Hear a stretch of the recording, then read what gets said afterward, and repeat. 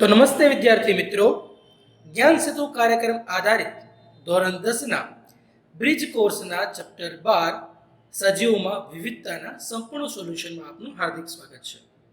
વિદ્યાર્થી મિત્રો, આ પાઠનું સોલ્યુશન કરતા એક વાત જાણી લો કે બધા જ ધોરણના બધા જ વિષયના નિદાન કસોટીના જે સોલ્યુશન છે તે આપણા ચેનલ પર મૂકવાના છીએ, તો તે પછી એનું સોલ્યુશન પણ તમે જોઈ લેજો.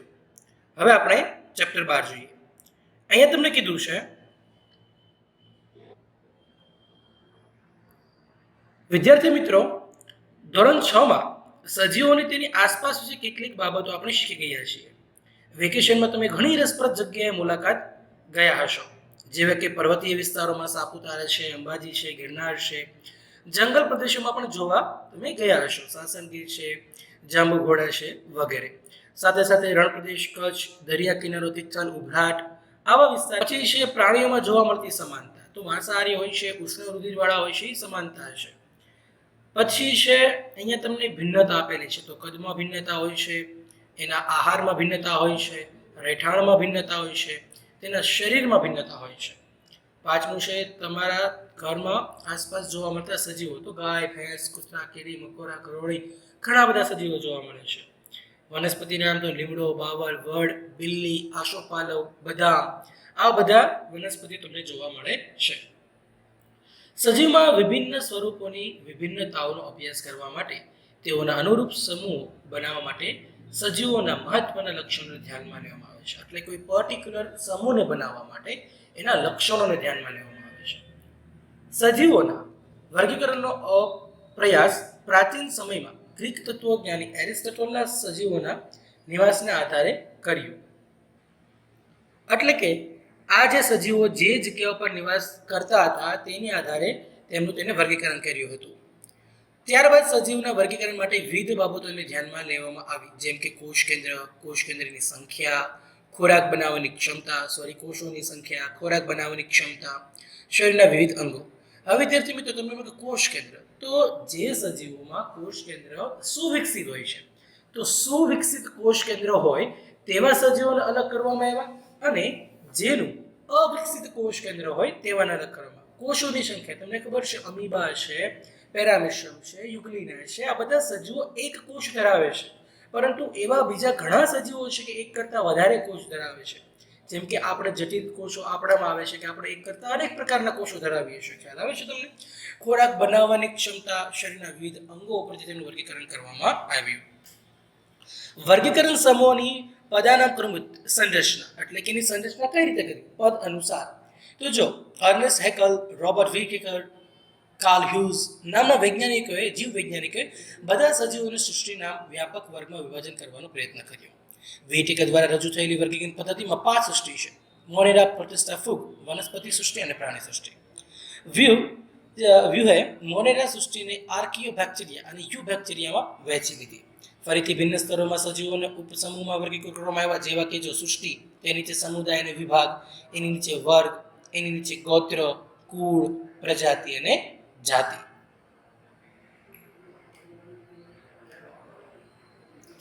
અહીંયા છે વર્ગીકરણનો સૌથી નાનામાં નાનો એકમ જાતિ છે.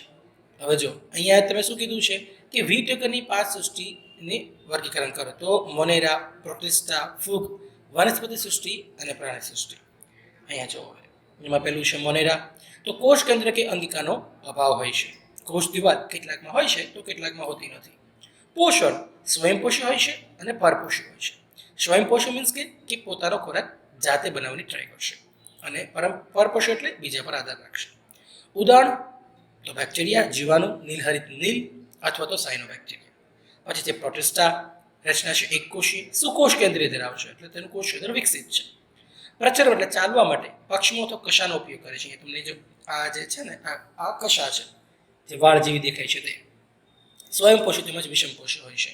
ઉદાહરણ તરીકે એક કોષીય લીલ, ડાયટેમ્સ અને પ્રોટોઝોઆ આ પ્રજીવ છે. અહીંયા તમને પેરામિશ્રમ અને અમીબાની સંરચના દેખાડેલી છે, જે તમે ઓલરેડી આગળના ધોરણમાં અભ્યાસ કરી ચૂક્યા છો. અહીંયા તમને યુગ્લિના પણ આપેલી છે. હવે જોઈએ ફૂગ. તો જે ફૂગની રચના છે એ જીવનની વિશિષ્ટ અવસ્થામાં બહુકોષી અથવા તો મૃતોપજીવી હોય છે.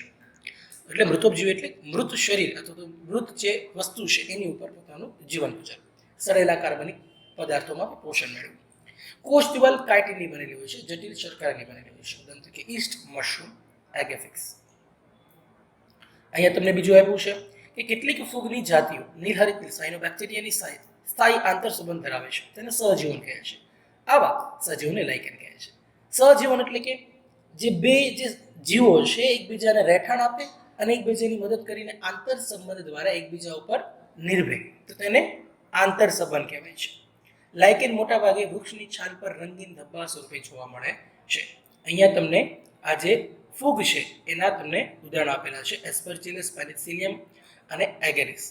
આ ફૂગમાંથી એક એન્ટીબાયોટિક બને છે, જેનું તમારે નામ મને કોમેન્ટમાં જણાવવાનું છે કે આ કઈ ફૂગમાંથી એક એન્ટીબાયોટિક દવા બને છે કે જે આપણા શરીર માટે ખૂબ જ ઉપયોગી છે.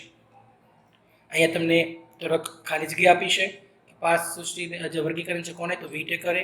પછી વર્ગીકરણનો સૌથી નાનો એકમ કોણ છે, મેં તમને આગળ કીધું હતું કે વર્ગીકરણનો સૌથી નાનો એકમ કોણ છે, તો એ તમારે નીચે મને જણાવવાનું છે. આ પણ આપેલું જ છે, પણ તો પણ તમારે મને કોમેન્ટમાં જણાવવાનું છે. મોનેરાનું ઉદાહરણ તો બેક્ટેરિયા, પછી એનાબિના છે, પછી કેટલીક ફૂગ જાતિઓ નીલહરિતની સાથે આંતરસંબંધ સહજીવન કહે છે, આંતરસંબંધ કહે છે.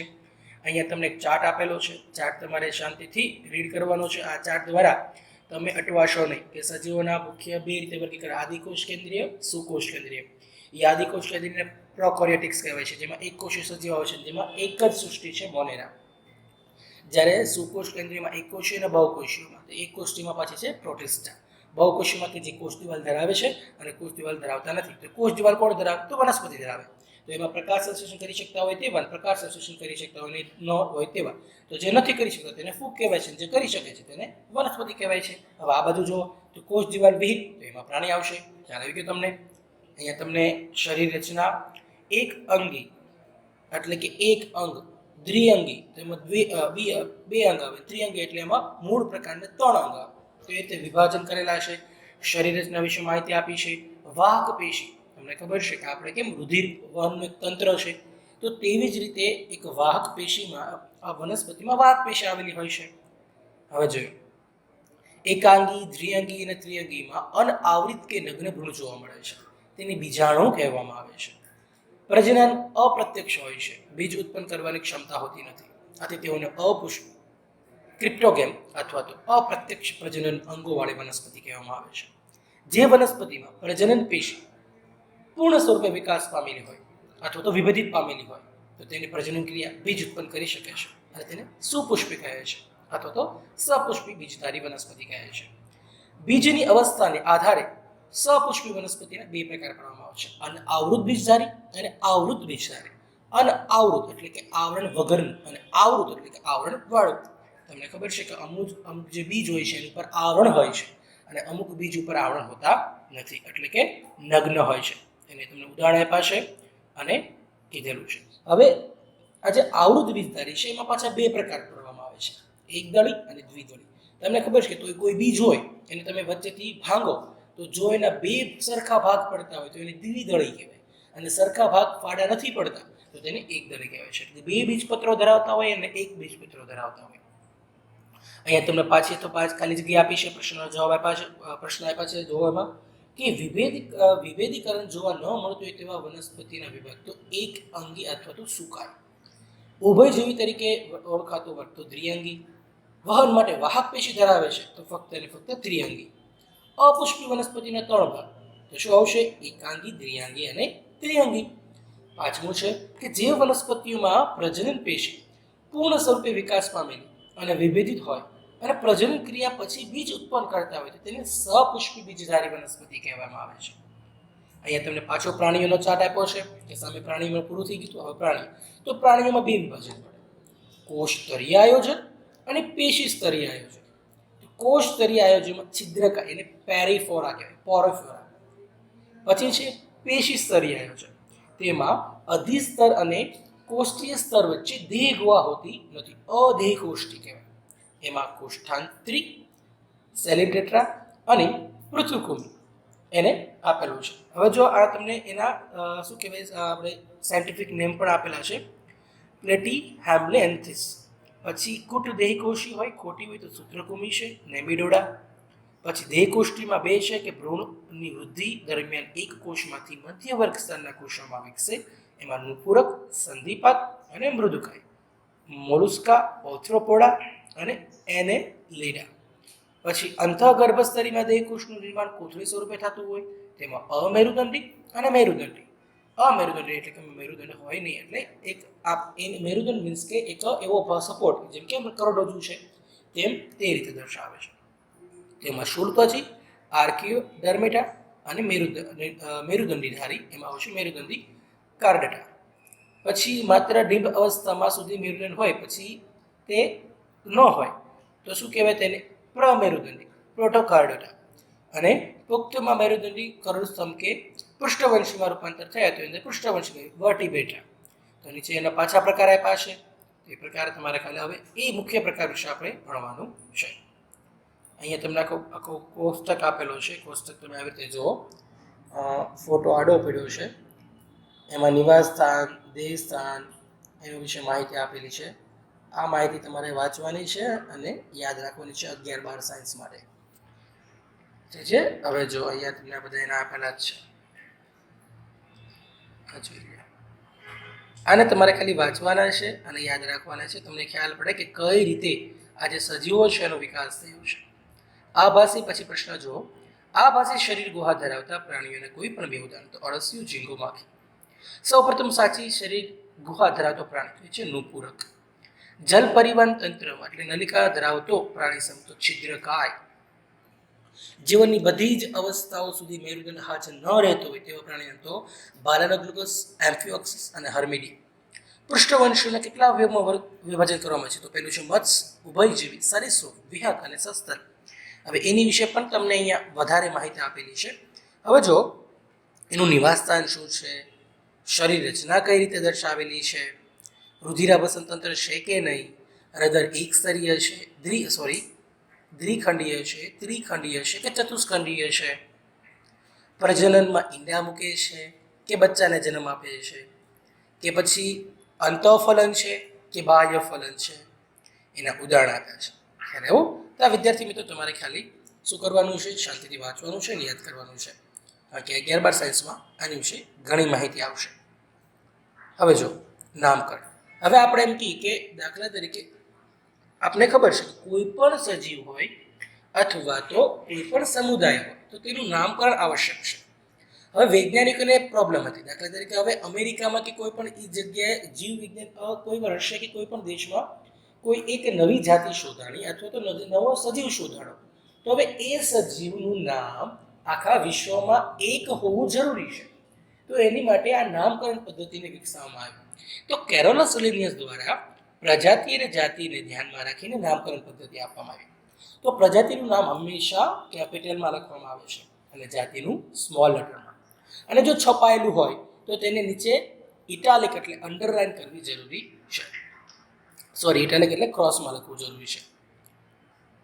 જો તેઓ હાથથી લખવામાં આવે તો પ્રજાતિ અને જાતિને બંને નામ નીચે રેખાંકન અલગ અલગ કરવું જરૂરી છે. અહીંયા જો પ્રશ્ન આપેલા છે કે માત્ર કાસ્તીનું બનેલું કંકાલ ધરાવતી માછલીનું ઉદાહરણ તો પાયસીસ છે. બાહ્ય કંકાલનો અભાવ હોય તેવા વર્ગ તો ઉભયજીવી છે. અગ્ર ઉપાંગનું પાકમાં રૂપાંતર થતું હોય તેવા વર્ગ તો એ વિહંગ છે. સસ્તન વર્ગના પ્રાણીઓમાં ત્વચામાં આવેલી બે ગ્રંથિઓ તો પરસ્વેદ ગ્રંથિ અને તૈલી ગ્રંથિ. આપણે જે વૈજ્ઞાનિક પદ્ધતિનું નામકરણનો ઉપયોગ કરીએ છીએ તે સૌપ્રથમ કેરોલસ લિનિયસ વૈજ્ઞાનિક દ્વારા 18મી સદીના પ્રારંભમાં આવેલી હતી. તો વિદ્યાર્થી મિત્રો, બ્રિજ કોર્સના અથવા તો જ્ઞાન સેતુના 1 થી 12 ચેપ્ટરનું સંપૂર્ણ સોલ્યુશન અથવા તો અભ્યાસ કરવા માટે આપ સર્વ વિદ્યાર્થીઓનો ખૂબ ખૂબ આભાર. હવે આપણે ધોરણ 1 થી 12ના નિદાન કસોટીના મોડલ ટેસ્ટના સંપૂર્ણ સોલ્યુશન સાથે મળીશું. Thank you for watching.